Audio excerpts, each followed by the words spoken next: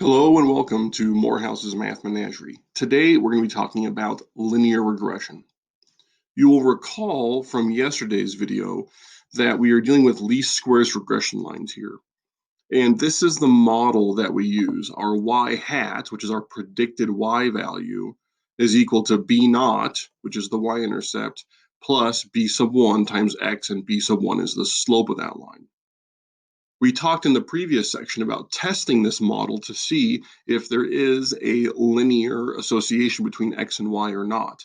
Today we're going to talk more about predicting y values either using the model or not using the model. So let's go over and look at some data. Here is a scatter plot of some data I found that was from an experiment people did where they gave different individuals pints of beer and then measured their blood alcohol concentration at a certain time afterwards. So here, let's explain these dots, what they mean. This person right here had one beer and this was their blood alcohol concentration. This person had two beers and this was their blood alcohol concentration. The Y value is the blood alcohol concentration here. And so you can see there is a bit of a linear pattern. When we find a y hat equals b naught plus b1 times x model, that least squares regression line, what we're doing is we're fitting a model to this data, and we're saying that we can predict blood alcohol concentration, the y value, using how many beers someone has consumed. For this data, there's clearly a linear association between these two variables. However, if we were dealing with data where there was not a linear association, then instead of using the least squares regression line to model this, we would use this red line here, which represents the average y value. And in a situation where there's not a linear association, we want to use the average value of the y's in order to predict them. For instance, if I told you I want to know the height I should guess for somebody who is in high school, without other information or knowledge of an association, I would say that the average height of a high school student is the best predictor for that person. Okay, let's jump into some homework here and do a few problems and see what StatCrunch is wanting you to do with this. We're just going to start with number 2. For 50 randomly selected speed dates, attractiveness ratings by males of their female date partners, X, are recorded along with the attractiveness ratings by females of their male date partners. That's the Y value. The ratings range from 1 to 10. The 50 paired ratings yield X bar equals 6.3. Remember, X bar is the mean value for all the X's. So the males, on average, rated their partners at a 6.3 on the attractiveness scale. The Y bar was a 6.1. That means the mean score on the attractiveness scale by females rating the males was 6.0. They give us an R, which is the correlation coefficient of negative 0.238. They ran a test and gave us a p-value of 0.097. And they give us the model. Y hat equals 7.74 minus 0.281x.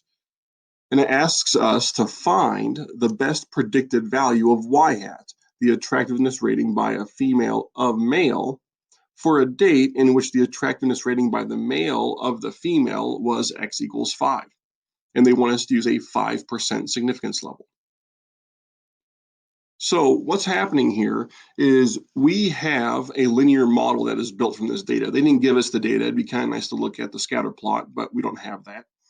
But they gave a p-value of 0.097. That p-value from the test is larger than our significance level. So we would fail to reject if we ran a hypothesis test. Remember, on these tests, the null is that there is no association, and the alternative is that there is an association. So when we fail to reject, what we're saying is that there is not enough evidence to suggest there is an association. So the model is not going to be the best predictor. The best predictor is going to be the average Y value of 6. So we're going to type in 6.0, hit enter. Nice. Now let's look at number 3. Suppose IQ scores were obtained for 20 randomly selected set of siblings. The 20 pairs of measurements yielded X bar equals 100.94, Y bar equals 101.7, R equals 0.894, the p-value was 0, and then the model Y hat equals 8.42 plus 0.92x. And here, X represents the IQ score of the older child. Find the best predicted value of Y hat, given that the older child has an IQ score of 92. So let's look through this data and understand what it means. If X represents the IQ score of the older child, that means X bar is the mean IQ for all the older siblings. Y bar is the mean IQ for all the younger siblings. We have a correlation coefficient of 0.894. The p-value is very, very small. And here we have our model, our linear model, least squares regression line here. Because the p-value is smaller than our alpha, that means we would reject the null, saying there is no association, in favor of the alternative, saying there is an association. So the best prediction here is not going to be the average Y value. It's going to be from our model. So let's plug that value in and walk through that. I'm going to write this down on the screen. So the model is Y hat equals 8.42 plus 0.92 times X. And they tell us here the IQ of the older sibling is 92. So we're going to put in 92 in here. If we plug that into our calculator, we get a Y hat of 93.06. That is going to be the best estimate of the IQ.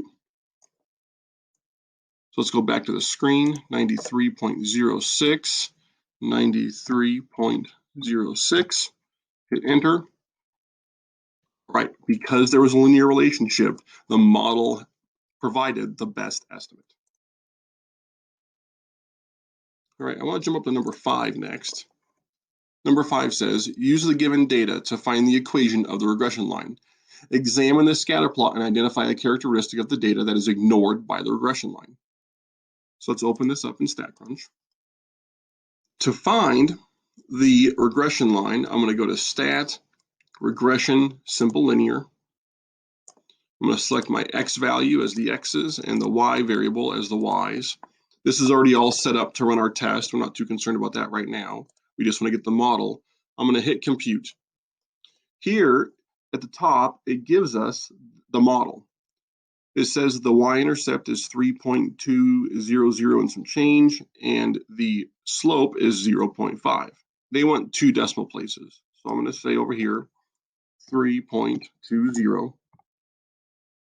And then the slope, let's go back to that, I forgot it already, 0.5. Probably wants another 0 in there, so we have 2 decimal places. Let's hit enter. Nice. Now it says create a scatter plot. Well, over here, remember, you can hit this arrow to the right and it'll show you the scatter plot. We have a really decent curve going on here. It looks to me like D is the correct answer. And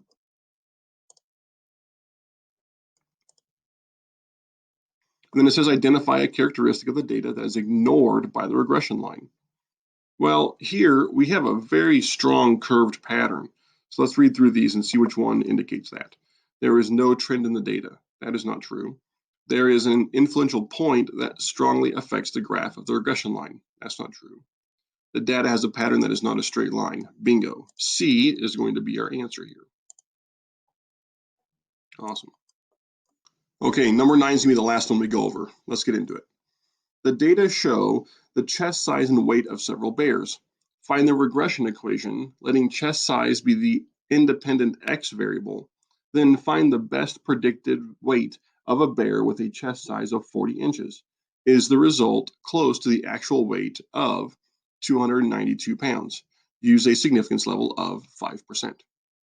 So first, they want us to find the regression equation. So let's open this up in StatCrunch. Now to find the equation, we're going to go Stat, Regression, Simple Linear. Chest size, they told us, was the X or independent variable. and the y variable is weight. We're going to hit compute. And this equation here now, instead of using x and y, they actually use the variables here. So we know weight in pounds is going to be negative 330.39 plus 16.32 and some change times chest size. So this is the equation we want right up here. Be a little careful when the variables are labeled in StatCrunch. They don't use an x and a y for this equation. They use the variables themselves. So our y-intercept is negative 330.4 if we round it, negative 330.4. The the slope is going to be 16.3.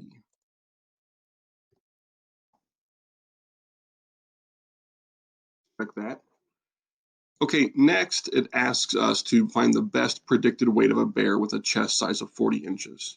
Here, we need to look at the output from the computer to decide if there is evidence of a linear relationship or not.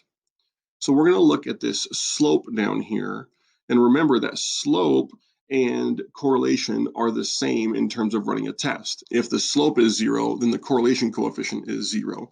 If there is an association, then the slope is not 0. So we can look at this p-value over here in the end. We get a very small p-value, so that is less than 0.05. So we would reject the null hypothesis that there is not an association, and we would say that there is evidence of a linear association. So the best predicted weight is going to be when we plug this 40 into our model. So let's go back here and we'll plug that in. So the model y hat equals negative 330.4 plus 16.3 times our x value, and they tell us our x is 40 inches. So I'm going to plug 40 inches in here. After plugging that into my calculator, I get that y hat equals 321.6. So let's type that in there, 321.6.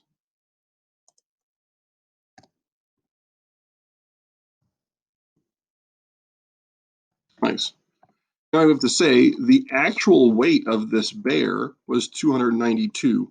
Our model estimated about 30 pounds over what the actual weight was. So let's read through and see what they're saying. This result is very close to the actual weight of the bear. No. The result is actually the same as the actual weight. No. The result is not very close to the actual weight. The result is close to the actual weight of the bear. I would say it's not very close. I think 30 pounds is pretty far off. It's a little bit subjective. Let's check that answer. Awesome. It liked it. I hope you enjoyed the video today. Remember to use that Ask My Professor or Ask My Instructor button up here if you have questions. Thank you for joining us. Have a great day.